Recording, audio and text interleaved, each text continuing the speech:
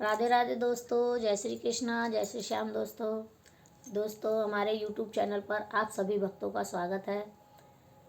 दोस्तों, आज मैं अपने इस वीडियो में आपको बताऊंगी कि षटतिला एकादशी कब है और षटतिला एकादशी की कथा के बारे में भी आपको बताऊंगी।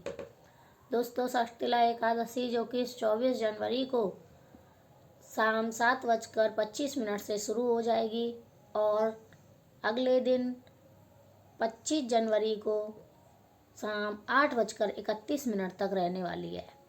दोस्तों, हिंदू पंचांग के अनुसार यह तिथि सूर्योदय से स्टार्ट नहीं हुई है, सूर्योदय के समय शुरू नहीं हुई है, तो 24 जनवरी को इस तिथि को कम लोग मनाएंगे, क्योंकि हमारे हिंदू धर्म में जो तिथि सूर्योदय के समय शुरू होती है उसको अधिक महत्व देते हैं। तो इसको 24 जनवरी को भी मना रहे हैं और आधे से अधिक लोग इसे 25 जनवरी को मनाएंगे। जी हाँ दोस्तों, मथुरा वृंदावन में यह तिथि 25 जनवरी को मनाई जाएगी। दोस्तों, अब मैं आपको षटतिला एकादशी की कथा के बारे में बताने जा रही हूँ, जो कि कुछ इस प्रकार है। प्राचीन समय में एक नगर में एक विधवा ब्राह्मणी रहती थी, जो कि ब्राह्मणी अधिक गरीब थी और वह भगवान विष्णु की पूजा किया करती थी। भगवान विष्णु उससे अधिक प्रसन्न थे, इसलिए भगवान विष्णु की पूजा पाठ किया करती थी।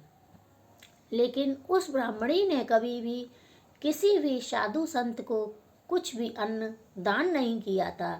इसलिए विष्णु भगवान इस बात से अधिक चिंतित थे कि जब ब्राह्मणी स्वर्ग को जाएगी तो उसको घर दिया जाएगा, लेकिन उसको खाने के लिए क्या दिया जाएगा।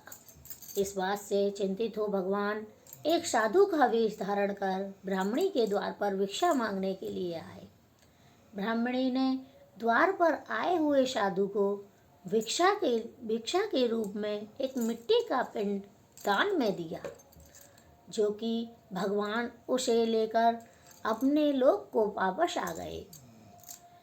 जब कुछ समय बाद ब्राह्मणी ने अपने शरीर को त्यागा तो वह सीधे वैकुंठ को प्राप्त हुई। वैकुंठ में आकर उस ब्राह्मणी को एक आम के पेड़ के नीचे कुटिया बनाकर दी गई, जिसमें कि वह कुटिया खाली थी।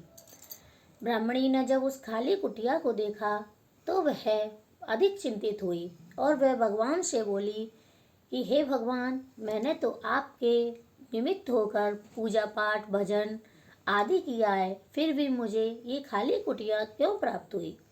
भगवान विष्णु ने प्रकट होकर उसे दर्शन दिए और उससे कहा, हे स्त्री, तुमने मेरे निमित्त होकर अधिक पूजा पाठ किया है, जिसके फलस्वरूप तुम्हें यह वैकुंठ की प्राप्ति हुई है। लेकिन तुमने कभी भी किसी भी भिक्षुक या किसी भी मनुष्य को अन्न का दान नहीं किया, इसलिए तुम्हें यह कुटिया खाली दी गई है।